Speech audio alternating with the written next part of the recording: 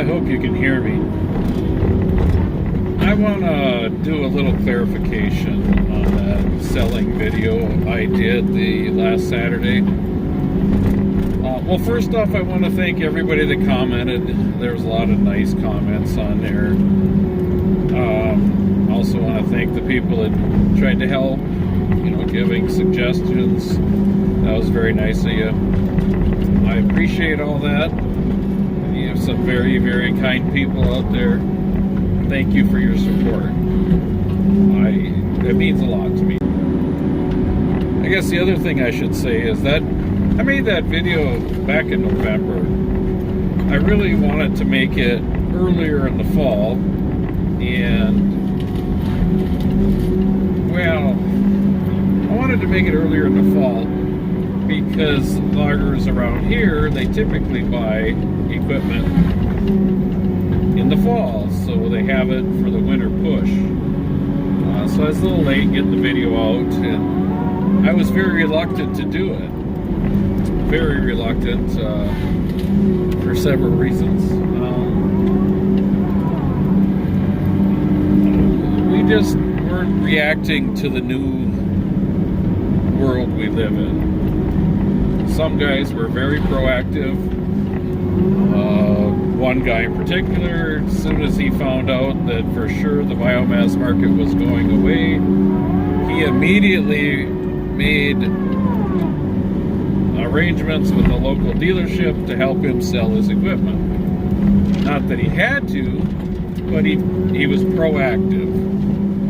And I have a lot of respect for him for being so quick to react to the new market conditions.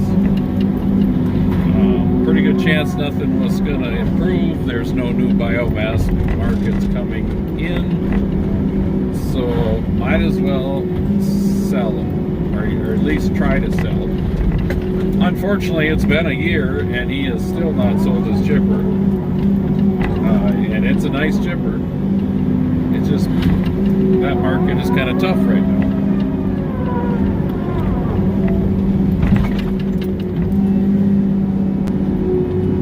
I suppose I should also say that we're not the only ones going through this. Yes, there's other people that caught on to that or aware of it. That the whole industry, it looks like it's nationwide, but in Minnesota, well, especially us loggers that were tied to a particular mill, and I'm going to leave names out of it because I think that's the right thing to leave loggers' names out, mills' names, whatever. Anyway, there's a lot of guys that are feeling the crunch and trying to react and coming up with ways to adapt, and that's what we need to do. We either need to adapt or get out. And so far we have done a very, very poor job of adapting, unfortunately. So I talk about the biomass being gone, but that's kind of the second half of the equation. The first half is that we're geared up to cut aspen. There's a lot of aspen in Minnesota. Most guys cut aspen, and we're one of them. And you kind of align yourself with the mill, and usually the mill that's closest to you or in proximity or that you've had a good relationship with, in the long run. And that mill that we were aligned with shut down their paper machine that used the aspen we were cutting. So that was a big impact. And then that mill decided to, how do I say this? They needed to cut costs to stay, they needed to be efficient. The mill needed to be efficient to remain competitive. So they decided that their energy costs were too high, and part of that problem was the biomass. And it wasn't necessarily the biomass, it was all the personnel that it took to deal with the biomass with the boilers and all that. And natural gas is so cheap, it takes a lot less people to run it. And so they made the tough decision to do that, to shut down the biomass and switch to natural gas, which saved them a lot of money. And I'm not mad about that. It's business. They had to do what they had to do to stay in business or remain competitive or cost efficient, whatever you want to call it. It's the way it is. It's business. It had to happen. You know, if a business or an industry can exist on its own without subsidies, then I kind of feel it shouldn't exist. You shouldn't have to subsidize an industry for it to exist. So, that's the way it is. I'm okay with that. I understand how the world works, or sort of how it works. And that's what caused that. Yes, there's a couple of big mills in Minnesota that use a lot of aspen. Unfortunately, we're kind of right in the middle of them. It's 100 miles or more to either direction. So that's not good. Long hauls aren't good. Trucking is too expensive. And of course, these mills, they don't want to increase their costs to pay for the long trucking, so they're trying to keep their costs in line too, which I understand. It's a good business decision. Keep your costs in line. So that it's an option for us, but it's not a real good option for us. We have to buy our stumpage so reasonable, or very, very reasonable, to be able to even justify trucking it that far. I assume that makes sense. So I guess the way I look at that video on Saturday about selling, or how to sell iron or equipment, I should call it equipment, what I was doing was kind of tearing a band-aid off a wound that was never addressed. And I'm still, enforcing us to deal with that wound. Still not dealing with it very well at all. But hopefully this will force us to start the discussion, or force us somehow. I hate to force anybody, but what we've been doing is not the right avenue either. So maybe this will get us moving in the right direction.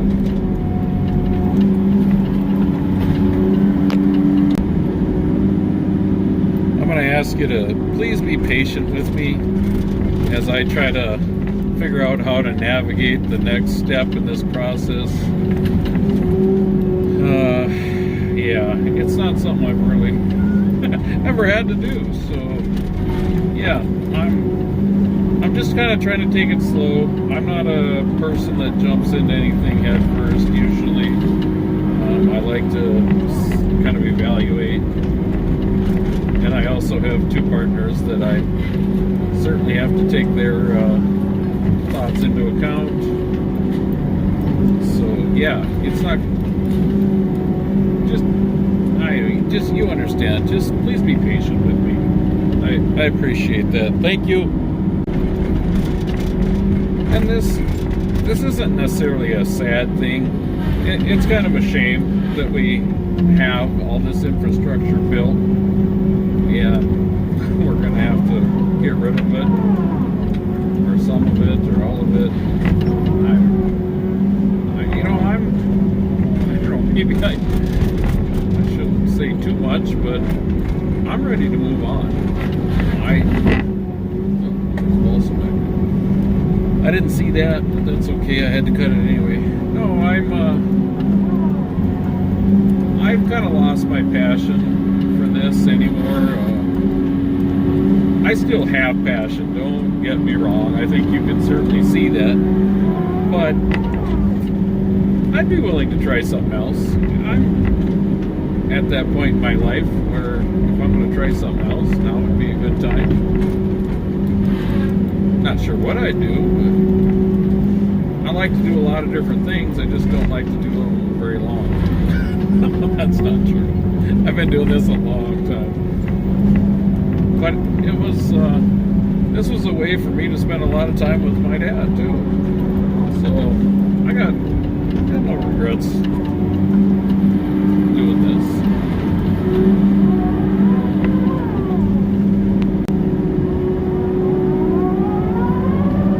You know, over the years, I've complained about a lot of things to Dad, and I tell him, you know, this isn't fair, or that's not fair. He had some very comforting words for me. He said, life isn't fair. Get used to it.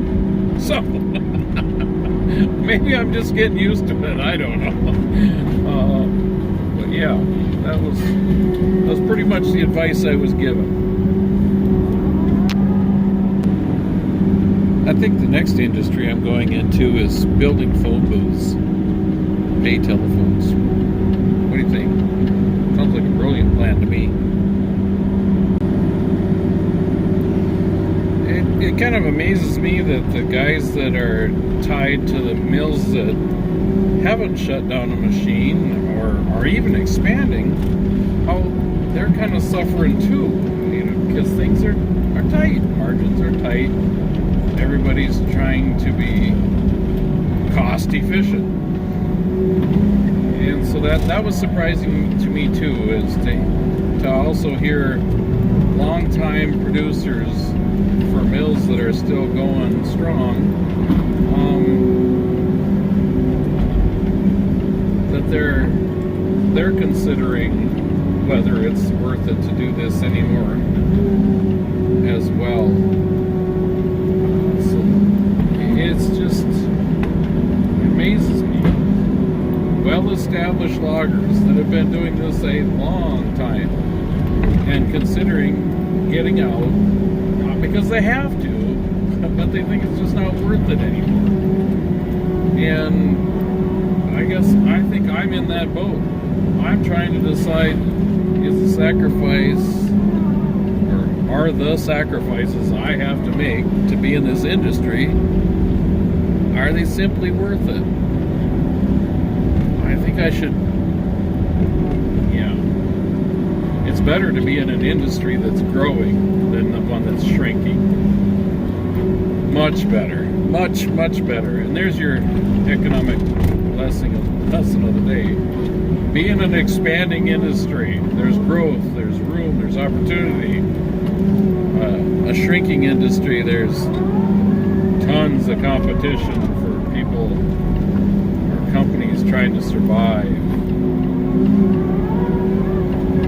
There you go. Anything else you'd like to know? As somebody that knows something, not me.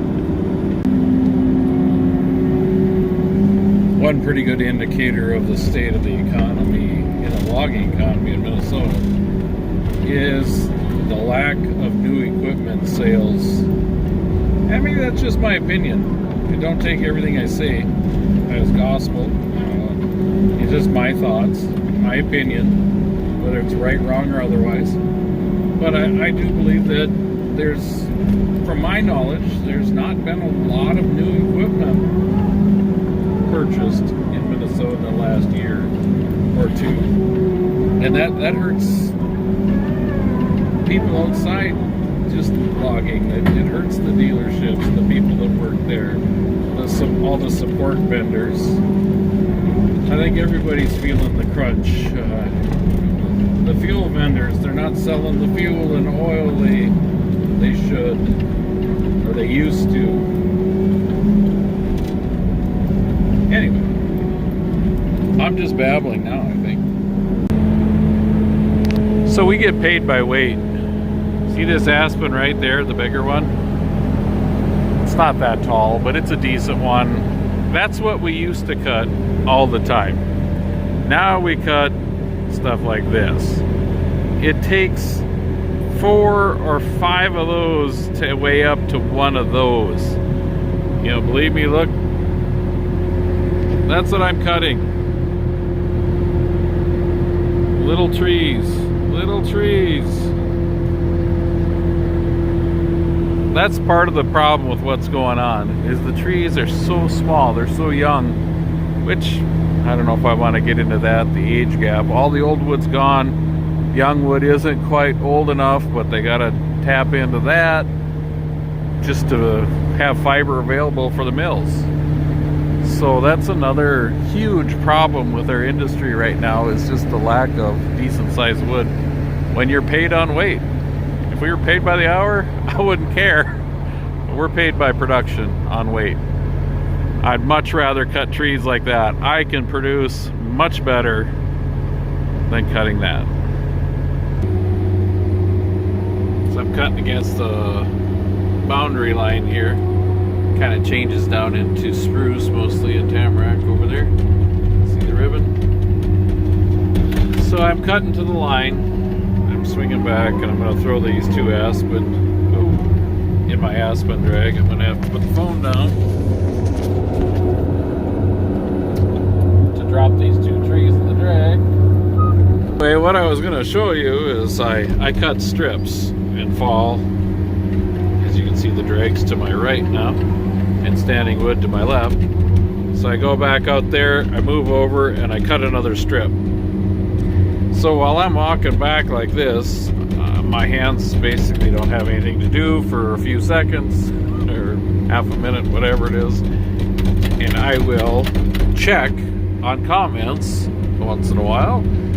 And yes, that's what this little clip is about. I wanted to let you know that yes, I read all the comments. I absolutely do. And no, I haven't been responding lately for a couple of reasons, but yeah, just wanted to let you know I do read the comments and I appreciate them. Thank you very much for taking the effort to do them.